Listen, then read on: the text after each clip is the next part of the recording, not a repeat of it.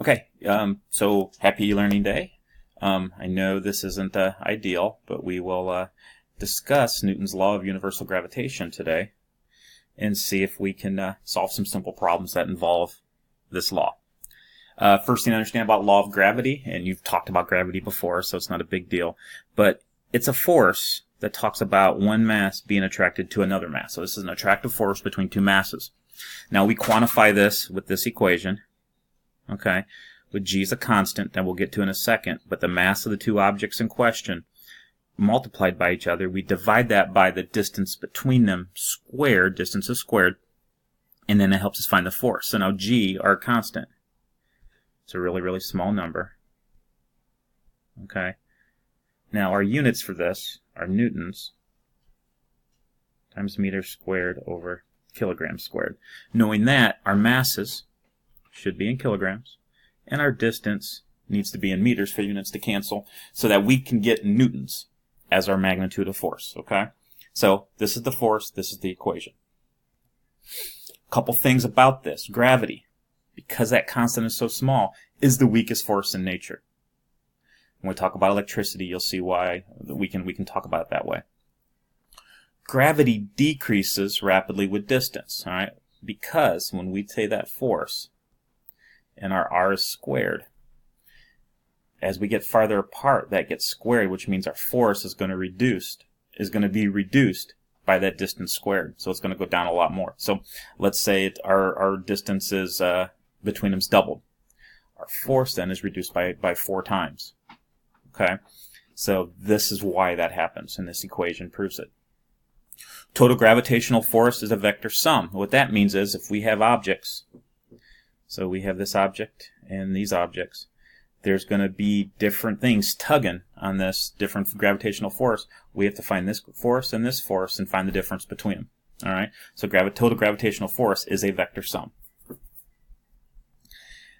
So we will continue on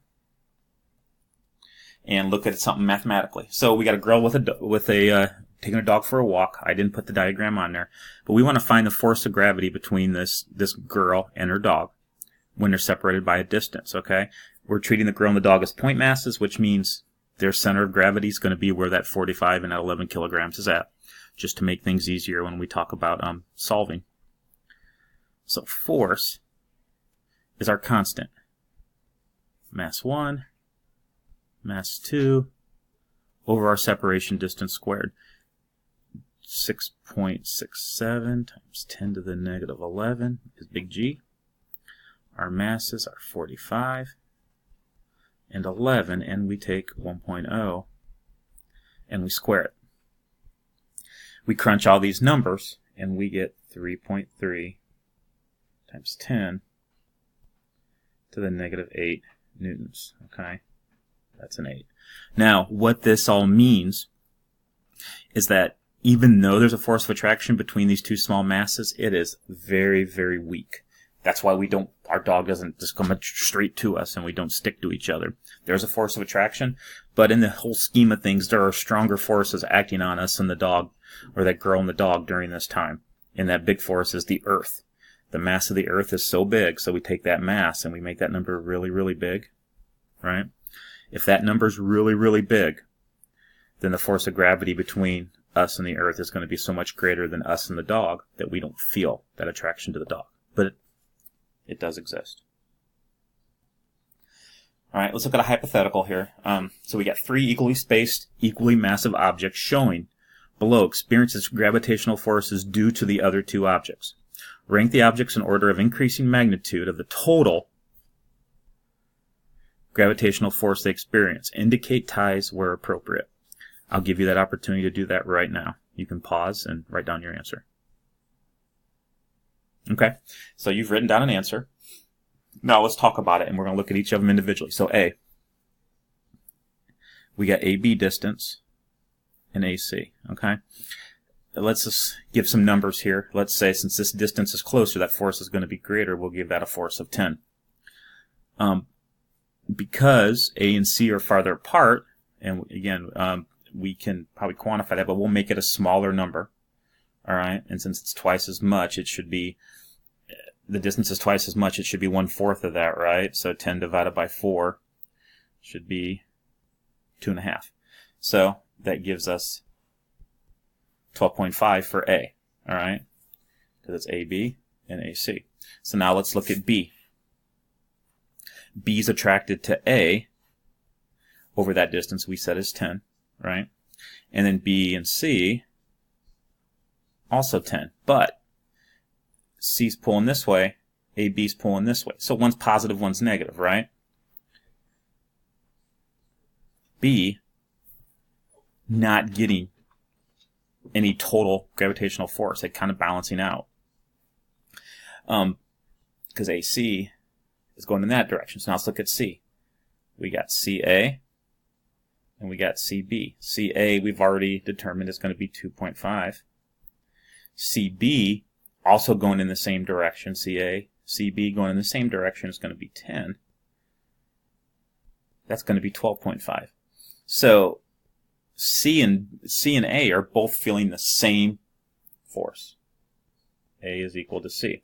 But what about B? Well, B, because the forces balance out, is actually going to be less total force because of the vector sum. So when we look at that, B less than A, which is equal to C. That's how I would write this ranking exercise out. Okay, lastly, let's look at a bigger picture here. I'm not going to do any copyright infringement, so I'm going to call it the Millennium Eagle. Passes between twin asteroids. The sketch shows the situation and relevant distances, and you can see, all right, there's distances but from here to here, and from here to here, and here to here. And the question is, we want to find the magnitudes of the gravitational forces F1 and F2 at location A, and also at location B, okay? And then what is the total force at A and total force at B? Let's look at A first. So force A, and we'll just solve for force 1, which is right here. Our first step is to look at the equation. M1, M2 over R squared. Okay. We kind of know we know G. I'm just going to put G instead of write the number, and you know the number is 6.67 to the negative 11. Mass of 1 is big M, which is this number. Little m is the mass of the spaceship. So we got the mass of the asteroid and the spaceship.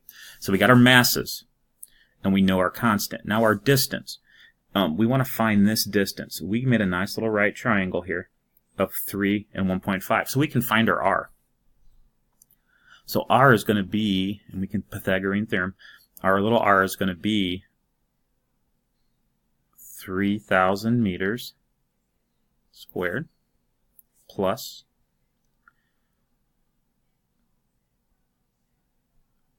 1,500 meters squared. Take the square root, right? And when we do that math there, we get 3,350 meters. Now, I plug that in here so I can square it with big M here, little m here, and then my G is 6.67 times 10 to the negative 11. I get a force of 52 newtons. Alright, so force 1 is 52 newtons. Now, if I look really quick here and see this distance and this distance are the same, and this asteroid has the same mass, everything's the same, just going in another direction, I could also say that my force is 52 newtons. So the force at 1 is 52 newtons for both force 1 and force 2. Now, we travel over to here. What is the total force acting on the Eagle at location B? Well, when we look at the 52 newtons being pulled in different directions here, now we have our distances, but the total force, okay? The total force acting on at location B is that this force and this force are going to be exactly the same. Just one's going to be positive force, and this one's going to be negative force. So, in the end, for answer B, you didn't have to do any math, and just know at location B, total force is force 1 plus force 2, which in turn will be 0 because force 2 is just a negative vector of force 1. So total force here is 0. We didn't ask for total force today. We could find that using trig, but we didn't need to. We just were asked to find the magnitudes of forces 1 and 2, which in this case were 52 newtons. Last thing, gravity is a force field. And just understand that gravity isn't just a single straight line thing. That gravity here is the same as gravity here. All right? So gravity at this point and gravity at this point, same as this point, same as this point. With it being a field, it kind of goes out in a sphere. So gravity here is the same as gravity here, same as gravity here. This distance and that distance and that distance, all the same, which makes gravity the same.